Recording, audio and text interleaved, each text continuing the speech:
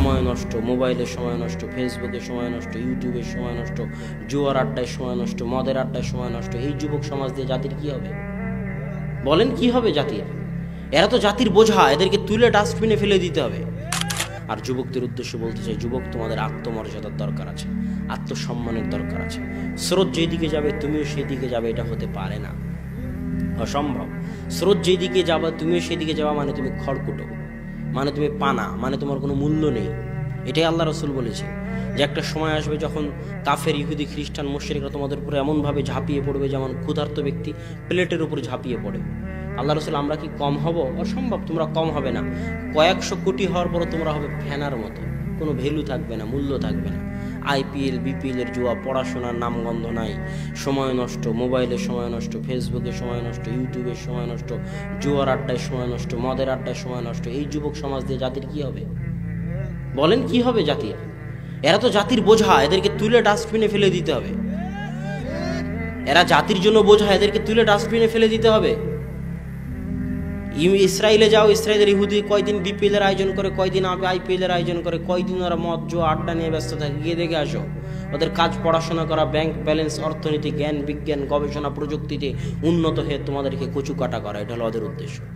আর তোমাকে ওই যে বিপিএল, আইপিএল, নারী, নাচ, গান, ফেসবুক, ইউটিউব, সময় নষ্ট, মদ জুয়াতে ব্যস্ত রেখে তোমার মাথাকে ভোঁতা করে দেওয়া, তোমার ব্রেনকে অচল করে দেওয়া।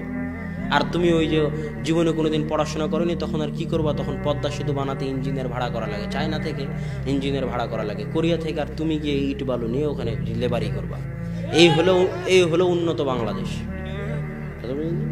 বলছে কি গার্মেন্টস নাকি উন্নত, ওখানে মেয়েরা কাজ করে তাই উন্নত হয়ে গেছে দেশ, মানুষ গিয়ে কাজ করে তাই উন্নত হয়ে গেছে। আরে আমেরিকা, ইউরোপ যারা পারমাণবিক বম বানাতে পারে, ওরা প্যান্ট শার্ট বানাতে পারে না?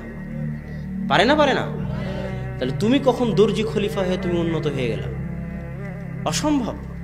তোমার চাইতে যদি কম বেতনে আফ্রিকার লোকেরা বানিয়ে দেয় তো এই গার্মেন্টস আফ্রিকায় চলে যাবে। এটা নাম উন্নতি নয়। উন্নতি হচ্ছে জ্ঞান বিজ্ঞান, গবেষণা, প্রযুক্তিতে উন্নতি। অতএব যুবক, এখনো ফিরে আসো, এখনো সময় আছে। দেশ জাতির জন্য বোঝা হয় না, বুঝার চেষ্টা করো। দাওয়াতি কাজে সময় দাও, পড়াশোনায় সময় দাও, দেশ জাতিকে রক্ষা করার জন্য সময় দাও। দেশ জাতির জন্য বোঝা হয় না। দুনিয়া অল্প দিনের, কিছু করে গেলে মানুষ স্মরণে রাখবে, পরকালে পাবে।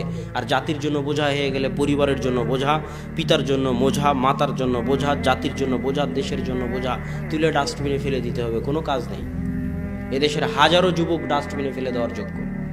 অতএব যুবক, তুমি নিজেকে কাজে লাগানোর করে গড়ে তোলো, পড়াশোনায় সময় দাও, জ্ঞান অর্জনে সময় দাও। স্কুল কলেজ যেখানে থাকো, বিশ্ববিদ্যালয়ে থাকো, যে শাখায় থাকো, সালাত, সিয়াম, ইসলাম আদায়ের মাধ্যমে জ্ঞান বিজ্ঞান অর্জনের দিকে সময় দাও। সময় নষ্ট করিও না।